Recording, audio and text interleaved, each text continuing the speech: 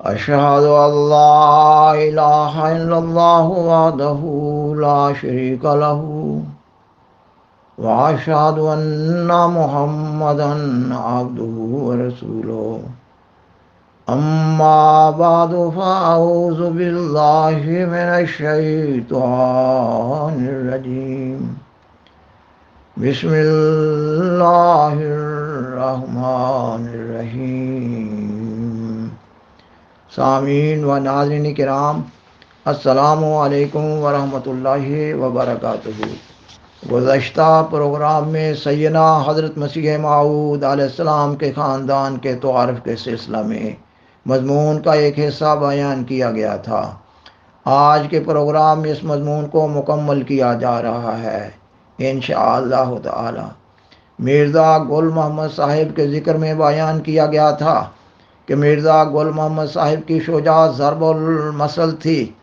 مشہور تھا کہ ہندوستان میں ان جیسا کوئی اور بہادر نہیں۔ وہ ایک اولو العزم، بیدار مغز اور اعلیٰ درجہ کے منتظم تھے۔ سیدنا حضرت مسیح موعود علیہ السلام اپنی کتاب البریہ میں لکھتے ہیں، میں نے کئی دفعہ اپنے والد صاحب مرحوم سے سنا ہے کہ اس زمانہ میں ایک دفعہ ایک وزیر سلطنت مغلیہ کا قادیان میں آیا جو غیاث الدولہ کے نام سے مشہور تھا، اور اس نے مرزا گل محمد صاحب کے مدبرانہ طریق اور بیدار مغزی اور ہمت اور اولو العزمی اور استقلال اور عقل اور فہم اور حمایت اسلام اور جوش، نصرت دین اور تقوی اور طہارت اور دربار کے وقار کو دیکھا، اور ان کے اس مختصر دربار کو نہایت متین اور عقل مند اور نیک چلن اور بہادر مردوں سے پر پایا۔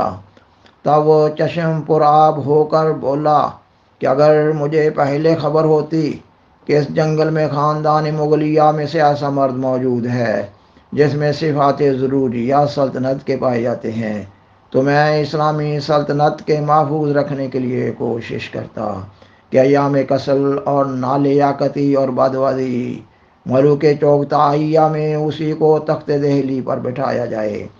خاکسار بیان کرتا ہے کہ مرزا گل محمد صاحب 1800 میں وفات پا گئے۔ انا للہ و انا الیہ راجعون۔ مرزا گل محمد صاحب مرحوم ایک عابد، زاہد، شب بیدار، جوان مرد، ولی اللہ بزرگ تھے۔ مرزا گل محمد صاحب کے بعد ان کے بیٹے مرزا عطا محمد صاحب جانشین ہوئے۔ اس زمانہ میں سلطنت مغلیہ بہت کمزور ہو چکی تھی۔ پنجاب میں سکھ طوائف الملوکی برپا کیے ہوئے تھے۔ انارکی کے اس دور میں بعض بڑے سکھ سردار چھوٹے چھوٹے زمینداروں کو نیچا دکھا کر اپنی جمعیت مضبوط کر چکے تھے۔ یہ متعصب، تنگ دل، ظالم اور سفاک سردار اپنی طاقت کے نشہ میں چور تھے۔ وہ ہر طرف قتل و غارت برپا کیے ہوئے تھے۔ سکھوں کی غارت گری کا زیادہ اثر پنجاب کے وسطی حصہ پر تھا۔ مرزا عطا محمد صاحب کے دور کے ابتدائی میں سکھوں نے قادیان کی ریاست پر پے در پے حملے کرنے شروع کر دیے، اور پھر قادیان کی یہ ریاست تیزی سے سمٹنے لگی، اور دیکھتے ہی دیکھتے قادیان کی یہ وسیع ریاست صرف قصبہ قادیان اور اس کے ارد گرد کے ماحول کے چند گاؤں تک محدود ہو کر رہ گئی۔ اس وقت قادیان کا قصبہ ایک قلعہ کی صورت میں تھا۔ اس کے 4 برج تھے اور ان برجوں میں فوجی رہتے تھے۔ قادیان میں آنے جانے کے 4 دروازے تھے اور چند توپیں بھی تھیں۔ اس کے ارد گرد 22 فٹ اونچی فصیل تھی۔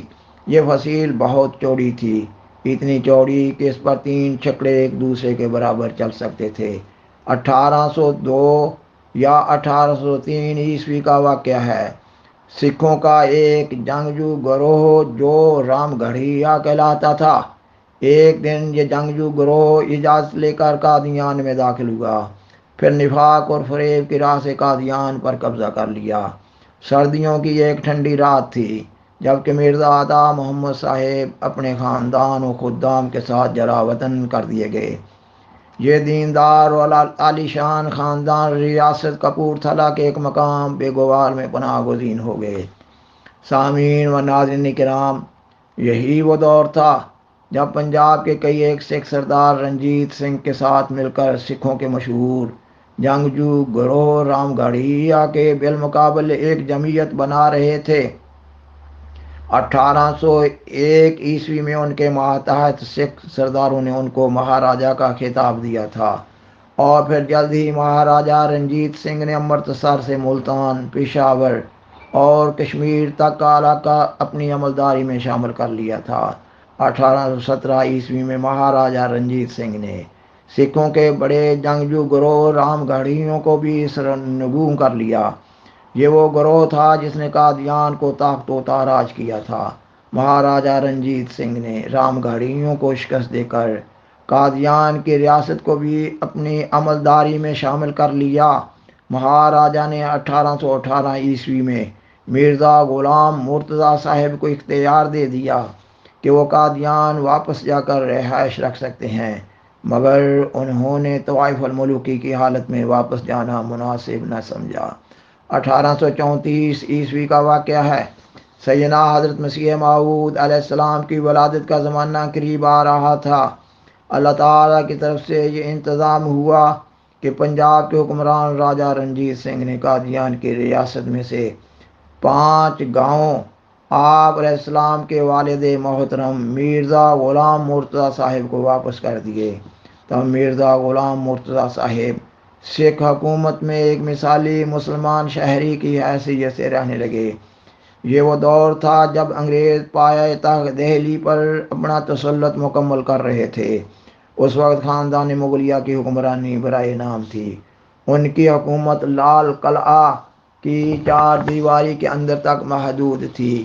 بہادر شاہ ظفر 1837 میں تخت نشین ہوئے تھے۔